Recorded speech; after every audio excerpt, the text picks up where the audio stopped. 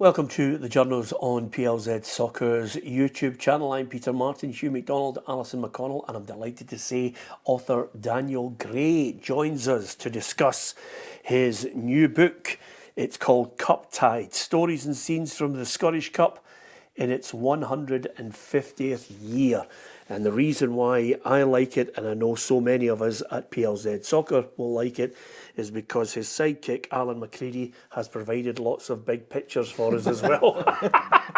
So that'll be great. We're going to discuss it because the joy of the Scottish Cup and the attraction of it from the early rounds all the way to that Hampden showpiece is well worthy of discussing with Daniel all the travels across some of the grounds that not many of us have visited, I have to say. So Daniel's one of those rare breeds. So we'll discuss that. We'll also look at Rangers Cup final coming up for them. But of course, there's bigger hurdles in trying to get finances into the club, stabilise it, get the success. It's a conundrum which has proved to be very, very difficult over the last few years, and John Gilligan, the interim chairman, still has a lot of work to do. We'll discuss that as well as look at the possibility of Saudi Arabia being the venue for the 2034 World Cup. It's causing a fair bit of consternation. So all that to discuss. And as ever on the Journos, when we've got a game that's just gone, we'll discuss Dinamo Zagreb 0, Celtic 0. Was it an opportunity lost, Hugh?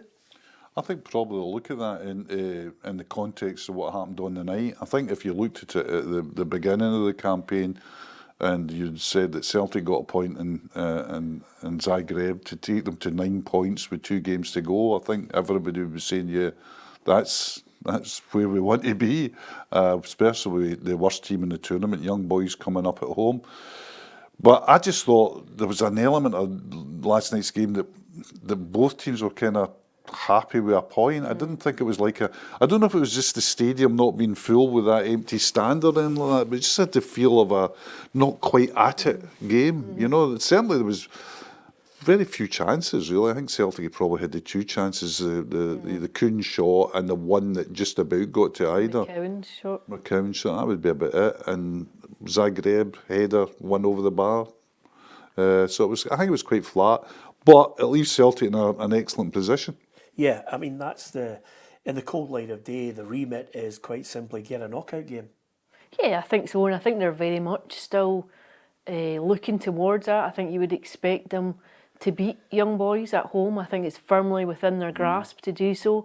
I think at the start of this campaign, when you look at Celtic's recent European and Champions League record in particular, when you looked at the start of the season, I think people would have bitten your hand off.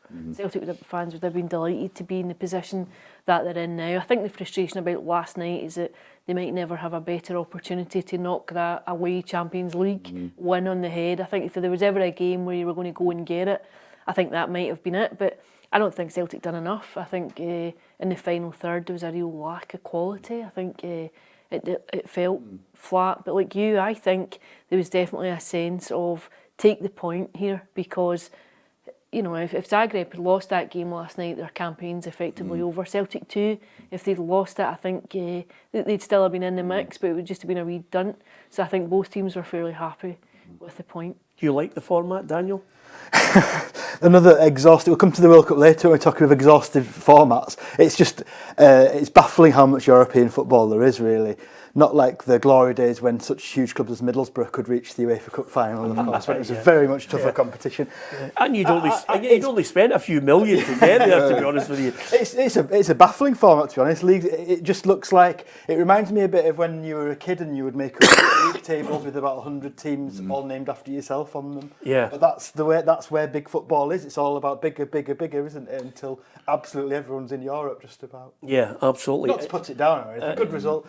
I wondered if it merited the word turgid, as you two veterans of match reports. Would you have gone to turgid if you were writing copy? I don't know if it was quite turgid. It was a step above turgid. I thought flat would be. Yeah, I thought it was lethargic almost at points. Remember, the other thing about it, which is great about having Daniel on, is you two are very much Dorothy before she opens the door to Oz, whereas Daniel opens the door and he sees purples and yellows, he sees greens happens. What and exactly are you saying here? I'm just saying that Daniel, even at his aging life, he's still... This is backhanded compliments coming Well, here. he still sees the beauty in the game, whereas you two are like I've me. always thought that was the luxury of the outsider for me, because if you know, I go to English football every week to watch Middlesbrough, and I've got my prejudices and my dislikes and my irrational hatreds in the English game, but here I've never had them. I wasn't brought up in to have a Scottish team or anything. That helps with the rose tinted glasses, I think. Yeah, absolutely. Listen, don't make an excuse for it. I loved it. I loved the fact that you tried to be really positive, and these two just shot you down. I mean, if they could have bludgeoned you with a baseball bat, they would have there, Daniel. I just but I think love there's that a feeling about enthusiasm. the feeling about the Champions League, though, is that I think the format's good. I think the format's changed. I think you can look at now that you're now at a stage where every game's going to have something on it. You know, teams winning the group by this stage, you could basically see who's going to win. They're not winning groups, and they're throwing up what's great for the broadcasters is they're throwing up sort of really good fixtures every night. I mean, we're parochial. We'll be looking at Celtic, Rangers, and Hearts in Europe this week, but for the global audience, which is what they're going for, and absolutely a non-European audience, to be frank as well, you know, you're getting sort of top range games. You can get, you know, a Real Madrid v Liverpool in the group section. You go, well, you know, what was once with something on it, and you go, Which is wait what a the whole minute. point. Which is what the whole point of the thing is. has been. Obviously, the other aspect of it as well, Daniel, is we're going to talk about your book in a more, you know, enclosed area within Scottish football. But, you know, even when you were talking about Middlesbrough and that run to the UEFA Cup that they had and the change in the English Premier League, much to the annoyance, I have to say, of the EFL, the way it's changed and the distribution of wealth. But you have a situation where they had to do something to try and stop this battle between FIFA and UEFA. FIFA trying to establish a Club World Cup. They've got a huge draw that they've just made for it. And there's this constant tug of war to ram the World Cup into a position, whether it's winter, nobody likes it, or indeed to take centre stage and say, how can we tackle the dominance of UEFA's new format? I mean, this is what we're having here, is a battle between a FIFA and a UEFA. So that's why this whole new format, everybody's buzzing about it. That's my problem, I suppose, is that things decreed by men in suits that don't turn up on a Saturday afternoon and don't really love the game in the same way normal supporters do, get to govern the places where people are going to. And so I don't understand what the end game with it. It just seems like a completely endless expansion. Yeah. I mean, the end game is money. Yeah, the end game is money, but how many more? You know, it might expand so much that Middlesbrough get back into Europe. Yeah, well, absolutely. The only thing I found that I really like about, for example, the conference, the Europa Conference League, is it brings to light a lot of those very romantic Central and Eastern European teams that you were only hitherto familiar with through sort of when they were on your Subutio boxes, when it had different teams listed under the kits and things like that. And next week I'm going to see Hearts v Petra Club from Moldova, and for those of us that like the Anorak and the side of things, that's quite good. But the general direction, it's nothing to do with those of us that truly love the game. Yeah, the general direction is an unending greed, Hugh. Oh, absolutely. And basically what happens is the big people and the big suits that Daniel, and myself question, on a regular basis, is quite simply to keep the poor people happy. We'll give Petra Club the scraps off the table and we'll call it the Europa Conference. Yeah. That's really what it's about. Absolutely. But the whole thing about it is and we'll come to Saudi Arabia later, but the whole thing about it is this is a business. That's it. But the customers of this business don't see it as a business. There's a huge disconnect there. The reason is, the biggest disconnect I saw, Peter, we were both at the Champions League final, and we go down there, and I'm watching the start of the Champions before, in there buzzing, Dortmund versus Real Madrid, and it's adverts on the big screen, instead of, you would have expected, let's have interviews, or, in fact, let's have nothing because nobody listens. But at the end, I thought, this is the disconnect. At the end, the Dortmund fans who had just been gubbed were singing defiantly, We don't care. We've got they're cheering on their fans. At the other end, the Real Madrid fans were just celebrating it. So you had this wonderful piece of theatre in front of you, loud, deafening from the Dortmund fans, deafening from the Real Madrid fans, telling the great stories about football, a team supporters joyous, defeated supporters defiant, and it was drowned out by Freed from Desire. Mm-hmm. You couldn't hear it. They put it over the thing. You say, no, just don't put this on. Just let us enjoy what football is. And the fact of the matter is, and I don't say this in any, I say this in a very calm way because it's so clear, they don't care about the football or the football fan. They care about the bottom line. They care, and that's what the clubs are into. They're caring about the bottom line, and that's the way it's going to go. It's a commercial entity. It's a commercial and it's designed to offset, all these changes are designed to offset the clamour amongst the elite top clubs at the very, very top, particularly out with England. But your Barcelona's, your Real Madrid, who are all saying, we need more money. We need more money because England at the minute is the most lucrative league. It can attract commercial deals, it can attract then players of a calibre that we're in danger of not being able to keep pace with. So what you have then is an agitation from the very top clubs to change the format to say we need more money. So this new format is almost a throwing a carrot to say, right, let's tweak it, let's see if we can bring in more broadcast money, distribute more money around the clubs so that you don't have this European breakaway that every so often rumbles in the background. Yeah, and the upshot of it all, and we'll finish on this from a Celtic perspective, is quite simply one more win should do it for them at home. Yeah, and I think with 2 games to go, I think they probably don't want to be in a position where they need something from going down to play Villa in January. I think they would want to get the win at home. I think it would round off a really solid Champions League campaign. When you look at where Celtic have been across recent seasons in the Champions League, I think you'd be hard-pressed to argue that there's not been progress in a European sense. I think they've looked like a more mature team at points in this campaign. Obviously, you'd have to qualify that by saying the Dortmund game happens, it can happen, but I think by and large you have seen an improvement in Celtic in a Champions League campaign, and I think getting into the playoff spot, which is probably the most likely spot should they beat Young Boys, I think would be a fair reflection of how they've competed since September in the tournament. Yeah, okay. You can give us your view on Celtic's performance and also an overall view of Brendan Rodgers, the remit. Is that what he was brought back for? Will he achieve that with a win against Young Boys and then maybe cap it off with something positive from the game against Villa, which so many people will be clamouring for tickets? An interesting aside to that, though, is to sit and add up how much additional revenue Celtic will have made so far, even from the point last night. I can't remember off the top of my head. £532,000. I knew it was just round about £500,000. If you get a goal. And that's 4 consecutive undefeated games in the Champions League. So you think what they'll have... progress has been made. Yeah, absolutely. And what they've banked from this campaign is... and they reckon 60 million. You're going. You probably... There's a fair chance that Celtic could exceed that. Yeah, it's tremendous money. And in contrast to that, this is why it's a joy having Daniel in. We've had Daniel on the programme before. From an early age, I would love buying books like this, autobiographies. I've got 1,000,001 of them.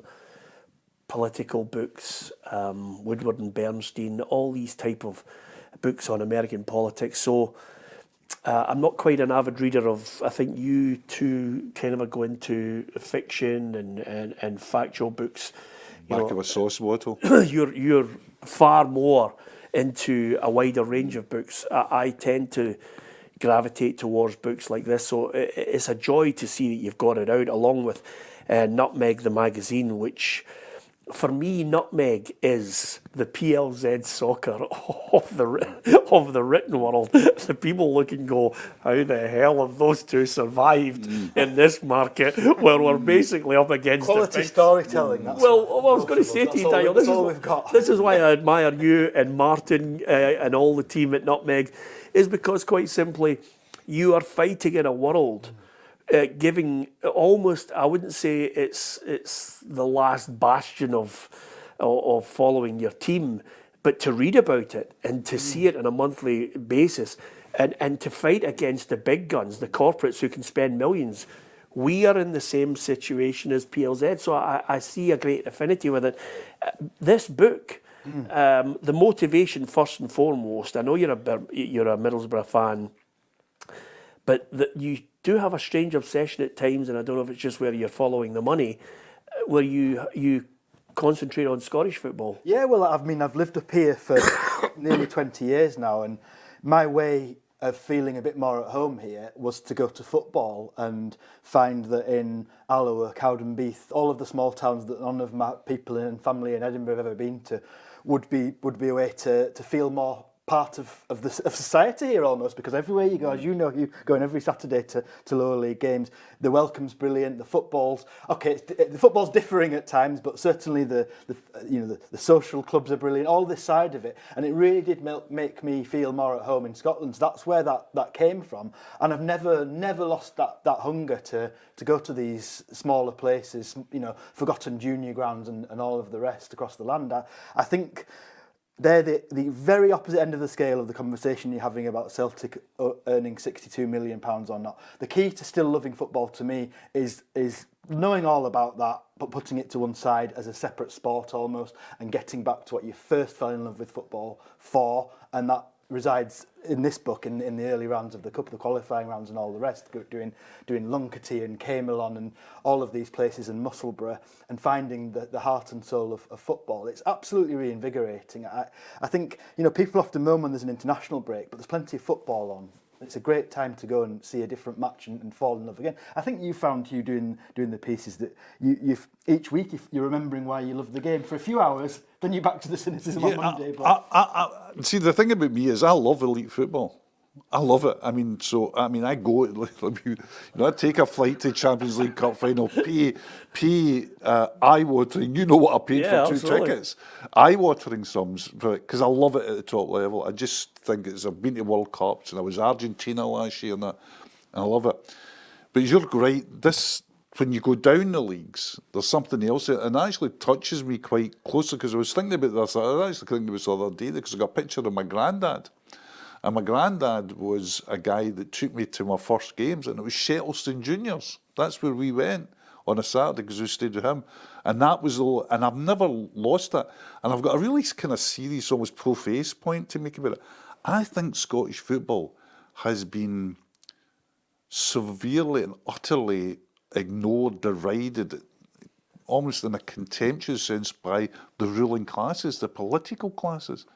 I think it's been under the actual cultural importance of Scottish football, which can be seen or tasted at a distilled level at this, where it's so important to the community, that it's integral to people getting their prescriptions on a Saturday, guys getting somebody to talk to on a Saturday, guys during, families during COVID getting a bag of messages. You go to Kilburn, Leeds side, what's that in that room? What's the messages for the pensioners? You've got to think no further than Stenhouse Muir having a library. A library. They had the library, yeah. And that's the reason, actually, on a serious, Nutmeg survived 8 years now, and a lot of it is because we reflect the good in the game. It's a critical love, so there's plenty of pieces criticising things going on, but it's also there to champion these places and the great part of society that football plays here. And that's absolutely. We tried to get that across in the book as well. It's a simple format of following from the preliminary rounds right through to Hampden, but you're getting all the sweep of Scottish football in that. There's a really interesting point that Hugh made there about how it's seen and reflected through the eyes of political elements. You would only have to look at the differentials between rugby and football and how it's governed. How it's policed. See if you ever go to a game, not like I've been to a couple of games with my kids, not as a working journalist. It's quite eye-opening the way that you're spoken to, herded. It's staggering actually. Yeah. If you go to an international rugby game and go to a football game, the difference is extraordinary. Well, the great thing, and I think you two on the left-hand side are in an unusual.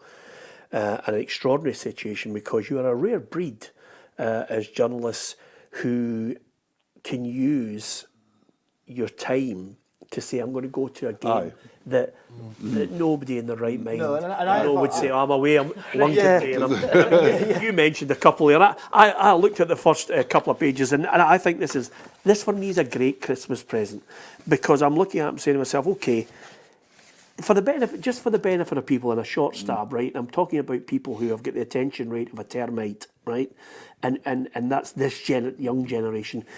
How would you describe it if they were going to get this book? What is this book about? Is it preliminary to the cup final? It's about being able to go to a match any day of the week, basically. You open the pages, you look at the photographs, and you feel like you're at the match. The book almost smells of Bovril. It's that kind of thing.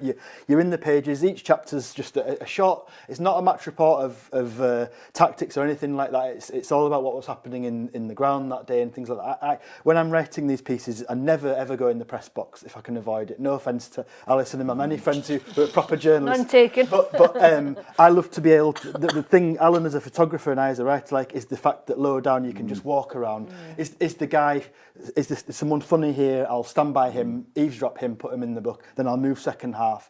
And as the round's gone, you get a bit more constricted and things, so you don't get as many. You have to change the story a bit, change the angle. But that's what it is. It's very much like going to the match. It's not tactical analysis. Don't come to it for that. It smells like the game, I would say. Yeah, and with that in mind, you know, I look at it and I think to myself, again, going back to the two of you and going to these games, you're a dying breed. You know, and I don't mean that in the sense of what your age is. I think journalistic possibly, but not certainly not when you're there, because you know it's easy to call everyone that goes to these matches that doesn't support the team a groundhopper. That's an easy catch-all term. It's a bit more complex than that. But you will at all of these games meet a fellow northerner or plenty of English people coming up experiencing it. Yeah. You'll meet refugees who can't afford to go to Ibrox or Parkhead anymore. And so I don't know about that. The really heartening thing in the book, we're seeing all these young ultras, right? We know ultras are quite controversial at the top of the Scottish game, but you go to Lunkerty and he was there that day, and they've got flares before the game underneath the viaduct in the village. But it carries on. Always got a drum. Everybody's got a drum. Yeah. And at Tranent, every club's got these young kids, and it's brilliant to write about. Great photos from Alan, but it gives me so much hope for the future. They've got the bug. The clubs have been brilliant, letting them in free or for a couple of quid, and they're getting that bug. They're not going to find the bug at the big teams. They can't. The parents perhaps can't afford to take them. So that says to me there is a future generation there who've just, by economic circumstance, perhaps rejected the top. Going to the top game anyhow, and they'll find it in their local community. So I feel really heartened. When I mentioned there that you're a dying breed, certainly my case. My thought process is you're a dying breed telling the story. Because we are in an ever diminishing market where even telling the story and how you tell the story, you talked about it, and I find it quite heartening that you've mentioned there that there's young ultras, even a Pollock game, a Camelin game, Kelty Hearts. These are all heartening to me that there is still that foundation of people who love football at that lower level, and there's still a generation that want to follow it, and that's great news for Scottish football. But telling that story now is ever more difficult. You're right, absolutely right. Because if I was looking at this book and I say, okay, right, how do we get this across to a generation that might not buy this book? I would look and I'd say to myself, I need to get you and Alan to somehow have a 60-second hit in a video that gets people to consume what this book's all about. You almost have to give them the shortened version to get them to even think about buying into it. Do you know what I mean? I think that's I see that. I've got a 14-year-old daughter, so I know all about concentration spans. Yeah, absolutely. But I mean, this is the nice thing about doing a photo book. Most of my books are just me boring on. There's something lovely about. I like buy lots of photo books myself and just love to just lose myself in them like that. And so I think that's the thing we found with Nutmeg, and we have, our readers are a bit older when we do reader stuff, but we do attract readers in the 20s, and what they actually have loved is getting away from, a lot of the feedback we get with Nutmeg is, love getting away from my screen. I love the sound of it coming through the letterbox, yes. And I just go off, my phone's through there, I've got a cup of tea or a glass of wine or whatever, and we get these lovely pictures every 3 months when it comes out of someone saying, reading my nutmeg, screen off and all of this. So I do think in the same way young people have started to buy vinyl, that there's a bit, I'm not saying it's a huge market, I shan't be living in a massive house through nutmeg, but it is there. There's a bit of a comeback in that way. Yeah, and with that in mind, I've got to ask you, the book, what did you glean that gave you the most enjoyment? Because as you mentioned there, the nearer you get to Hampden, the more the difference in the treatment, the difference in accessibility, the difference in trying to come up with a different angle on the story suddenly changes. Yeah, well, beyond that rejuvenation of seeing young people going to matches, which was my big positive from the whole thing, it was nice for me to sort of fulfil a personal fantasy almost, because when I was a kid, the Scottish Cup final rather was only mentioned on FA Cup final day. You'd get 5 minutes at the end, and all these teams like Motherwell, St Mirren were impossibly romantic to those of us, believe it or not. Yes. And so it's a very mysterious world, the Scottish Cup. And so ever since I've lived up here, I've enjoyed the democracy of the Cup, the amount of teams that have won it, and I really wanted to become more involved with the Cup for one season. And so personally, it's been fulfilling that of following a Cup from source to end. Isn't it great, Alison? And you might find this geeky, but you mentioned there that the perception from an English point of view is there's the romance of the 5 minutes of, and by the way, in Scotland, this is happening. Whereas as a kid growing up, I grew up, with a constant feed of the FA Cup final, and took great pride in being able to say, well, if you want me to name every FA Cup winner from 1970 to 1990, I can do it, and I can also tell you the goal scorers, because that's and I think that's twisted in a way, because to me, I found this is the big lesson as well from the book, that the Cup is by and large, we've avoided using the word the romance of the Cup so far, but I'm going for it with the phrase rather now. It's in Scotland. It really has maintained that. Sometimes it's because there's a lack of TV money spreading it over days and days, but the way the English FA Cup has been denigrated season upon season, games over 5 days again.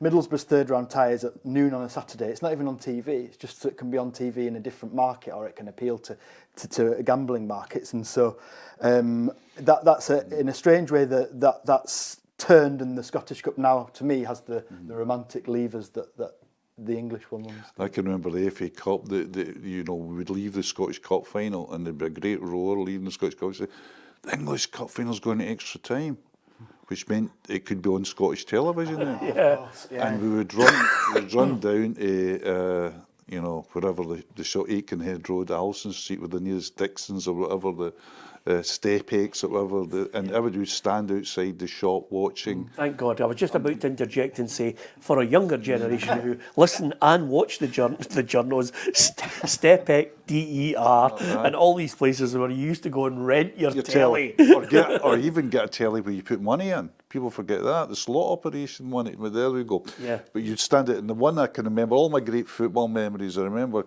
going down and watching Arsenal, and you'll know this, Arsenal v Liverpool's extra time in the FA Cup, which was absolutely sensational, and it was a huge crowd. Because people that are watching this now, they don't know things like you can get things on your phone, or there were no phones or nothing like that. And if you missed it, you missed it. There was no going home and saying somebody taped us, or there's some catch up or something like that. And everybody's thinking, and of course, who scored the winning goal in that then, Peter? Charlie George. That's it. Laid down on the floor. Laid down. So that's the thing. That with was the FA Cup as well. You tended to know things way before you were born. In fact, just a year ago, my dad, I wrote down 1950, the year he was born onwards, and together we named nearly every FA Cup winner like that. Over a weekend we were away for a match, and it's mad. And then he's just tells me where he watched that one. And I'd be struggling off the top of my head to tell you who won the FA Cup last year. There you go. I would have to think about it. But that's the change in change in all the joy of visually going through the early rounds and meeting the characters and all that. I think it would be an absolutely fantastic read for it being the 150th year, and I'm sure from an SFA perspective, it is a great line where you can chart, one moment in history of that full year all the way to the cup final. So I think that in itself it is fantastic. The fact that how many people go and look back in books and look back on even those games. I mean, if you're down south, some people think that football only started in 1992, 93 with the Premier League, whereas when I look at the Great Cup finals, I think of Roger Osborne, Alan Taylor. I mean, there's a name, Keith Houchin. They're the joys of it. If I think of Scottish Cup finals, you think of Ian Ferguson scoring for St Mirren. You can see Kevin Gallagher running away from Roy Aitken and scoring for Dundee United in a cup final. You can see Craig Brewster looking and thinking, oh, that pass back short for Dundee United in a game against Rangers in the Scottish Cup final. So all of those joys we can all look back on because we love the game. For this one, is there a specific game, Daniel, that you just look and you think, all the way through, that one game sticks in my mind because of? It's probably, and I've mentioned them a few times, the Lunkerty, which was the very start of the journey, but you go around the corner, you go through a kids' adventure park outside the social club. Where is Lunkerty, Daniel? Just a village outside Perthshire, and then you've got a grass bank down to the game, which is always a bit of a thing for me. You've got a railway viaduct, train going over, these young ultras, the stereotypical sunny day of a cup tie. You're playing Loch Ness, which until then I didn't even realise we're a team. Great for the stereotypers, outsiders like me, and things to write about. And just the hopefulness of the start of a journey, and knowing that your entire season is going to be determined by the clacking of those balls is a really brilliant feeling. Yeah, and I've got to ask you, Alison, I don't think you and I will ever go to Lunkerty unless we do. Call it Guidel? I was just about to say, unless we then decide to have a PLZ day out in Lunkerty. We've got. I mean, he's forcing the issue now. Got a spa. Not as in a shop, not an actual No, I spa. could just. I thought you said a spa. I love a spa. It's the one with the R on the end and the red thing. Just a mini mart rather than a jacuzzi. I thought you meant a wee luxury spa. No. You might have tempted with. But by the way, It's got the hourly bus into Perth. can you imagine the look on Ruffy's face as I say to him and Tam McManus, listen, the PLZ day out is in love it. Lunkerty. We're going there to watch the social match. club. Great people, great The social club. Pennants, like all sorts of other pennants everywhere. And everybody won. I mean, Alison will love this because you know how we're treated normally at football grounds by car parking attendants and people, stewards and things like that. And I drove into Lunkerty very early, as I always do with these gigs, to speak to as many people as possible. And I parked the car in the car park, and the guy said, hey, what's your name? I said, Hugh McDonald, I'm here to do on the road. He says, you can't park there. No, here's the start. He says, no, we've got a special car parking place for you over there. So that when the game ends, you can be first out. Or and I went, Which is great. excuse me, I'm a tourist. But that was that's the welcome you get. And that's the way this is what we talk about. I mean, you can be I don't want to be over-romanticised about it, but what you want to say about football is very, very important to people. Yes. It's not trivial. It's not just a game.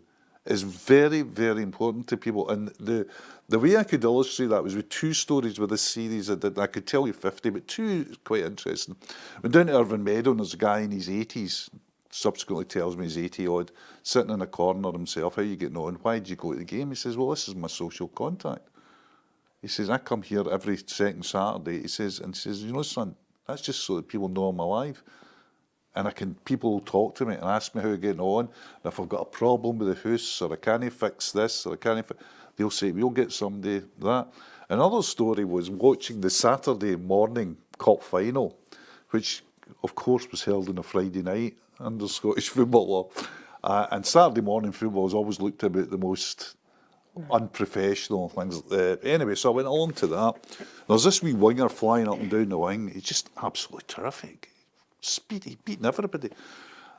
Bit chunky, but after 60 minutes he comes off. And of course, again at these games, I'm standing in the touchline, so I can ask him why he's coming off. It's like, it's like Rio Hatate come off and say, excuse me, are you digging it? So, I said to him, listen, son, why were you so?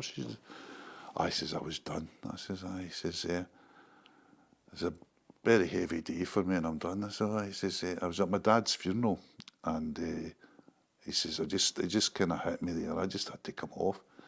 So I talked to him later, and he came up with a great line where he was talking to me. I said, "You were your dad's funeral, and then you come at a football match to play." He said, "Well, where else would I do?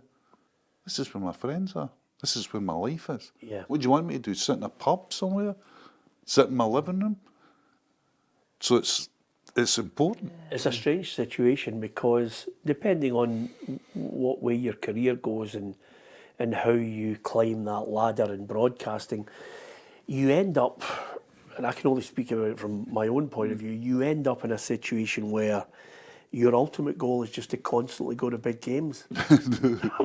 I mean, this is why there's a real polar opposite here. Well, I love it. I loved the final. That was my first ever Old Firm game. To see it at Hampden with that 50-50 split, it was incredible. I love all of it. That's the thing. Yeah. Was that your first ever Old Firm game? Yeah. Wow. I'm deeply in love with this game. What I don't like is the business. There's a lot of footballers say themselves about it. I go down, as I've said, to Middlesbrough every other week, and this season to see a great Scotsman in Ben Doak tearing down the wing like a winger from 1958 or something. Yeah. That gets me through rail replacement services on, that is. So I love, and he's going to. My point is he's going to be at the top of the game, and so I love to see a technically brilliant footballer as much as I love the two old boys with the homemade stand behind the goal that came along up and in the cans at 3:00. It's all. I love all of it. That's been the great privilege of my life that I think you've got that. I still don't get people who don't have it. When I've got a rare Saturday off, I'm absolutely, by 1:00, I'm a nuisance to everyone. Yeah, and with that in mind, I mean, it's nice and refreshing to hear you talk about Ben Doak, because obviously with Michael Carrick there, he'll get a great insight and expert advice, as well as he'll get the development of playing regular football. We love and hanker for those type of footballers. We, not placing too much pressure on Ben Doak, but it's almost as if he's that next generation that we can't wait to see. We just hope there's enough people to supplement his skill. Yeah, I think there was so much focus on him just ahead of the Euros, and then obviously, of course, he got the injury. But it's such an unusual story to have a player from Scotland who, one, leaves Celtic, leaves a big club, which actually is becoming not particularly rare, but to leave Celtic, to go to a club like Liverpool, where there is a vast array of talent available at the club and in the academy, and to go and kind of force himself in and around that first team before he got injured, and then going out on loan and making an impression. I think he's seen as a generational talent. I think, and lots of players of that ilk, you hear about him before you've seen him, you're aware of him in certain circles. So there's a bit of a clamour then to see what he's got, and what you've seen of him so far is a fearlessness. I think you saw it in the recent international games. A player that's just, he plays it one way, regardless of what level he's playing at, and I think that's really intriguing. I think it's exciting for us. He's a very, very young man. You think he's got his whole career in front of him, and you would like to think that he's going to make a real impression, not just in the national team, but in his own career. He looks like a boy capable of going to the very top. What's the feedback like in Middlesbrough about Just him? in love with him. Never fall in love with a lone player is the cliche, but we've fallen hook, line and sinker. And it's been an interesting last few games. The new things for him in that managers have started adapting their own tactics to try and deal with him. I was at Turf Moor last Friday night, and that was the first time, or second time maybe, that someone's done a proper job on him. But he still had the best opportunities of the game, still was probably the great spark on the pitch. And it's the first time I've seen home fans really getting at him, because they know about him as well. And but he yet another test that he just went right through with flying colours, and it's his attitude so far that we are just, it's got all of that. We know that the pace, the skill, it's all there, and it's all going to be so exciting. But his attitude to team play, to when he gets subbed, he's straight off for the team and all of that. Yeah, just brilliant. We're just enjoying him while we've got him, and the partnership with Tommy Conway is possibly one that you'll see as well. Yeah, well, we're hoping Tommy Conway can somehow just get enough game time to convince people that he could be, someone to get his goals, because we don't have him. Interestingly enough, Daniel, and this is why I smiled there, because we consume lots of social media, and I look for little snippets of videos and interviews on YouTube and things, and I stumbled across, it must have been about 90 seconds, Hugh, of an interview. They got the cameras in at Leeds United, and there's Don Revie speaking to the team ahead of the European Cup Semi-Final against Celtic, and all Don Revie is saying to his players is, listen, there's a little lad called Jimmy Johnstone, and you've got to stop him. He'll go past 2 or 3, but he realises when to release the ball, and if we let him dictate, he'll destroy us. And then he turns around and he said, now listen, Norman, I need you, Norman Hunter, to drop in behind Terry Cooper and make sure that you offer him protection so that Johnstone doesn't absolutely tear him up. And even with Don Revie saying that in a 90-second brilliant colour clip, Jimmy Johnstone, like a Ben Doak, just tears Terry Cooper up and absolutely terrorises an England international. Peter, this is a Dear Diary PLZ moment for me, right? Because I can go immediately, Daniel, to my, and I haven't spoken about it for time, but immediately to my bottom line statement on PLZ. Bobby Murdoch. Yes. Because I can talk about Bobby Murdoch because he's at Middlesbrough, but also that Leeds game, because Murdoch scored the winner from Johnstone. Somebody said, there was a great line about Johnstone, that Terry Cooper had come off. He turned Cooper so many times that day that Cooper had come off with twisted blood. And I was at that game, probably one of the greatest games I've ever been at. 2 incredible teams. But Johnstone was astonishing that night. But strangely enough, in life as it goes on, and it's sometimes forgotten about, one of the great performances that day was by John Hughes, who played at centre forward that day and ran Jack Charlton rag. He'd actually scored the first goal as well. But I mean, the situation, I think it's the biggest attendance ever at a European. 136,505. And that, there was plenty more in because the gates went down. I spent the whole game with my feet not touching the ground. Yeah, absolutely. And not going to the toilet. Toilets? Exactly. Listen, I have to say, I'm really looking forward to having a look at it, going through the pictures, reading your words, because as ever, I think it's to great tribute to you, Daniel, that you take up these labours of love for Scotland, and also the countless books that you've already written on other topics. We've had you on the programme before. Different studio, still surviving, Daniel. Different studio, but it's called Cup Tide. Stories and scenes from the Scottish Cup in its 150th year, and we have to say Alan McCready as well for the pictures, absolutely superb, all the way through to that old firm and the cup final, which wasn't a classic, to be honest with you, but the colour of it, I'm with you. 50-50 split is where I want it to be, that game, and it's absolutely fantastic to see it. Did you enjoy it? Yes, very much, very much. The walk around the ground as much as anything. And were you in the press box? Yes, I was that time. That was the only option. It must have been a nightmare for you. Yeah, it was. You can't eavesdrop from there at all. Journalists are just boring, aren't they? They don't say anything. Too busy, all this. Well, enough about Ali. I mean, I can't believe you had a tackle on right away there. But sometimes we are sanitised to it all. It's a big game. I think you are really sanitised, and I think you forget. I think because you do it so often, covering a Celtic Rangers game for me is one of hundreds that you've probably been to. You forget everything that goes round about it, and I do think you're in your own bubble. You're going and you're thinking, I've got to get X, Y, and Z. I've got a colour piece right. I've got this to do. That you're so focused on your own demands of the game that you don't actually always see. I think it's the great pressures of what you're under, though. To be honest, I don't know what they think of me when I am in the press box. I don't have a computer. I write notes. I type it up through the week. But it's one of the great joys, though. It really is, and. There are bits that you miss because of that. I was after the Hearts semi-final at Hampden. The highlight of it was possibly when a fella at the front was giving it all this with a balloon, and then he just went arse over tea over the. I've just said one of the swear words, but not the other there. With the balloon, and I said to a journalist mate, "That was brilliant." And the fella fell over. He went, "Oh no, I didn't see that." See the amount of times that I wouldn't see a second half of a game because effectively. You are down. like that, and what you do is you react to the crowd, like so, and then you you cut. absolutely. What happened? Whose ball was that? There's a like, It's a replay. follow great that. joy now. See, I go to games. I know I write about games now. I'm writing from notes. I'm writing from recordings I've made before the game. I always just generally just watch the game now. Yeah. And I watch Champions League games in that way. I go to Argentina and watch that way. I go to Lunkerty to watch it. I go to Hullford to watch it.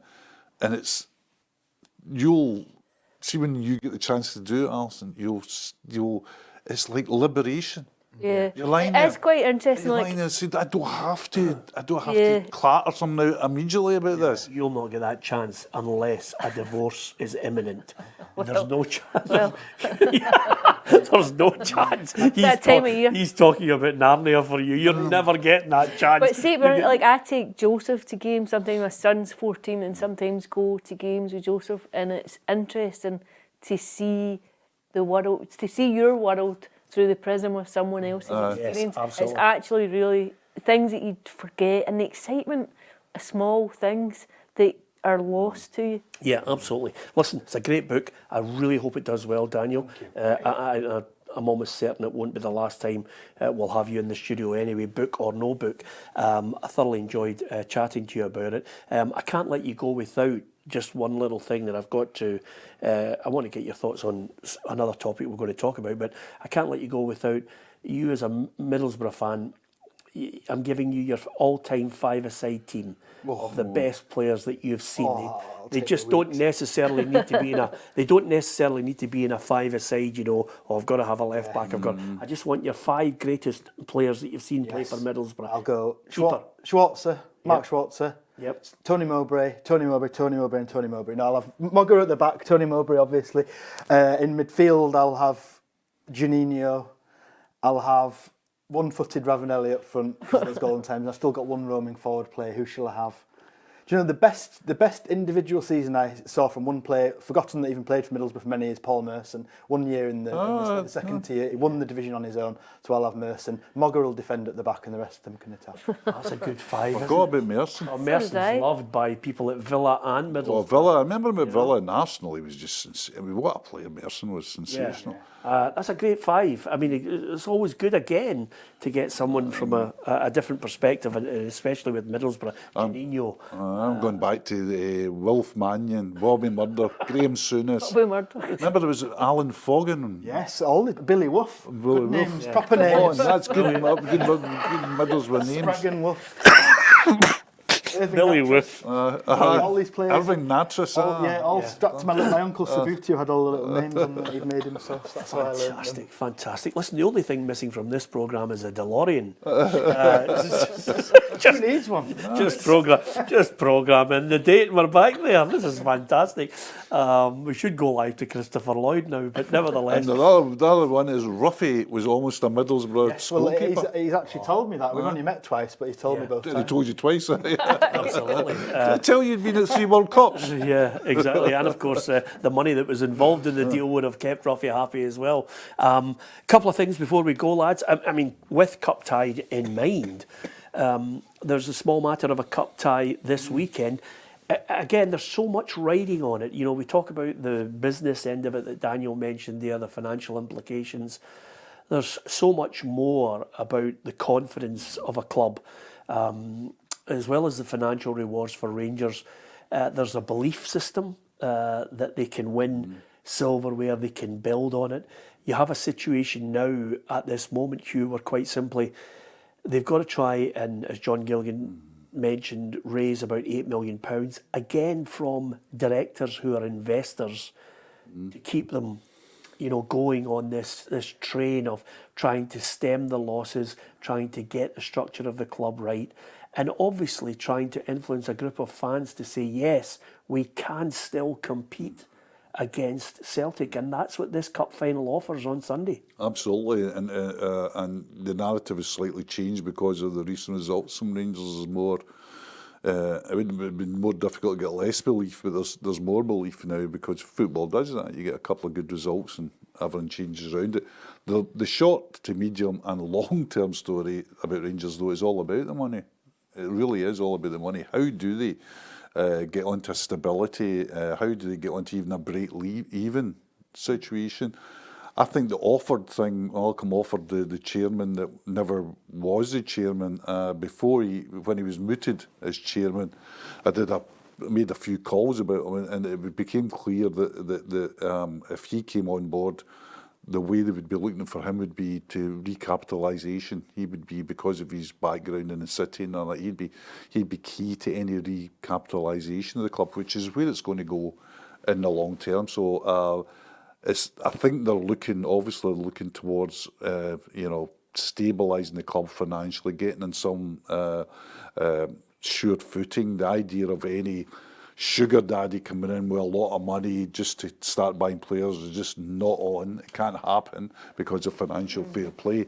But what they've got to do is they've got to make real structural changes there, and that's going to be the great modern world. That's going to be challenging, trying to do that while competing with a club that we were talking about earlier. It's going to get tens and tens and tens of millions just from Europe alone. And who's already on a very healthy financial footing. But is it time? I know they've tried to put out a narrative to almost change the mindset of some supporters, but is it time for a new board or a chairman, whoever that man is, to come in and change the ethos of the club? Because there is still this generation who remember the 9 in a row, but there is also a belief that they are a club that should be winning everything, and their ethos is spend, spend, spend, and buy a big player, but buy another big player, but buy another big player. Because if I look, I saw a stat that from about 1994, they've only posted 6 financial years of profit. The rest of them have been... Staggering. It's absolutely staggering. For a club of that size and magnitude. Is it time to change the ethos? I don't think you will change the ethos. I think there is I think fans will come round to the idea that there has to be a sustainability model, and they will look at the success of Celtic and how they have recycled players, brought in this player trading model across the last 20 odd years that has been massively successful. It'll have hits and misses in it. You can go through and say players that don't work, you'll always have that. But by and large, every year, Celtic have sold a player for massive profit. Every year, pretty much. If they didn't make it into the Champions League, you knew that the offset of that was at the end of the window, they would sell someone and cash in it. It's the only method for any Scottish team to have a solid financial footing. That is really the only method available. And there's an argument to say that every club could do it to some extent, obviously not with the same resources. And I think that is the ethos that I think Rangers fans would buy into. In terms of changing the mentality of win, win, win, you'll never change that at Rangers or at Celtic. Celtic went through a period in the 90s where they couldn't buy a win, went so long without a trophy and won the Scottish Cup in 1995 after a great thing. The club, the demands of the club is still, it's been founded on success. It is a demand and a diet to be successful now. You can look at the last 20 years and you can make an argument to say that Celtic have by and large dominated domestically, and when Rangers have won a title, it's an aberration to what the season has been. But you won't change a fan at the start of the season saying, I expect to win the league. We expect this team to win the league. We expect this team to challenge for the league. That will never ever change. But to do it, you need to have players to be able to go and compete and resources. And football fans are fickle. They are incredibly fickle and malleable and changing. You look at the climate today amongst Rangers fans is very different to what it would have been just a month ago. A couple of results. There will be Rangers fans who this time last month would have been dreading the cup final, dreading this month. Obviously you've got the game in the second as well, who will now be sitting thinking, I think we can win this on Sunday. I think we can go in. A one-off game, I think we can win it. I think we can win on the second. The atmosphere changes, and people will always expect their team to win, to challenge, to be successful. Strangely enough, Daniel, a month ago, the amount of Rangers fans I was speaking to thinking it's a damage limitation job, but it's amazing how sometimes a win in a cup final, in a one-off game, could transform their season, their belief in the manager, their ability to think, well, if we can do it at the moment when they're so far ahead of us financially, maybe we could bridge that gap. Maybe we can get the investors in. Maybe this result can turn the whole season. It is amazing how fast things turn in football, and I suppose the successful people are the ones who stay calm at both points, and the most happy fans are probably the same. Because I think back to that Scottish Cup final, and Rangers were unlucky that day and had a goal ruled out for VAR. But I sensed, it shows what I know, they were on the cusp of really challenging, and that's all at the top of the division I've ever wanted to live through here, is seeing an actual title race, because I've barely seen one in my life up here, or in England anymore, hardly. But so you're right, and that's turned in the last few weeks, and then where does it go? You know, a win, you're right, there's this direction and possibility, isn't there? I suppose my thing with Rangers, I wish they didn't have that weight of expectation you talk about, and could have some long-term plan to really capitalise on good young players in Scotland, because I do think they're out there, and there's been so few opportunities given to young Scottish players by all Premier League teams really, but I don't. I wish that could happen, but I know it won't. Yeah, it's not so much, and it's the last word on this, Hugh, it's not so much boom and bust, but it's skating a fine line constantly, isn't it? Yeah, and it's and in football, it's almost been a theme of this show. In football, at the top level, all comes down to money, and and if you've got the most money, it doesn't mean that you can buy success, complete success, but you can't get success without money. Yeah. It just doesn't happen, and that's where Rangers are at the moment. Rangers are now going to have to come up with adventurous stuff, with challenges. They're going to have to take risks with players, like they've done with Egamane, and that looks as if he's going to work. That's the way it's going to be. Where Celtic can, I mean, the Celtic thing is we talked about for seasons. You see, Celtic need a few 8 or 9 million players to play in the Champions League. They bought 2 in that thing, and they didn't start them. Mm-hmm. They didn't start them, and they still got a result in the Champions League. So that doesn't mean anything for Sunday, because it's a football game. But long term, they're in a very good position. Yeah, give us your prediction. I think Celtic will win. I think Celtic win because they've got Brendan Rodgers has got more. He's just got more ammunition. If he picks a team, I think he'll pick. He still has an £11 million player, an £8 million player, and a Barcelona reserve, and others to come off the bench. If he picks a team, I think he can pick, and that's where the difference may be made. Yeah, Daniel. Just to be contradictory, I'll go for a gritty cup shock win to Rangers. Brilliant, absolutely. Ali? I'll go for Celtic for the same reasons. I just think they've got greater resources. I think they have the resources to change it if it's not going the way they wanted to, a bit like the cup final back in May. I think they've got players that can come off the bench and influence it. And I think they have options. I think they've also got a different style of playing if they need to change it. Okay, and with that in mind, because I know tribalism exists in Scotland, just because Daniel has predicted Rangers to win, still by the book. I'm about the romance, not the facts. These two bring the facts. I'll bring the pie in the sky. Still by the book. It's still good. Cup tied. And the words by Daniel Gray and the photographs provided by Alan McCready.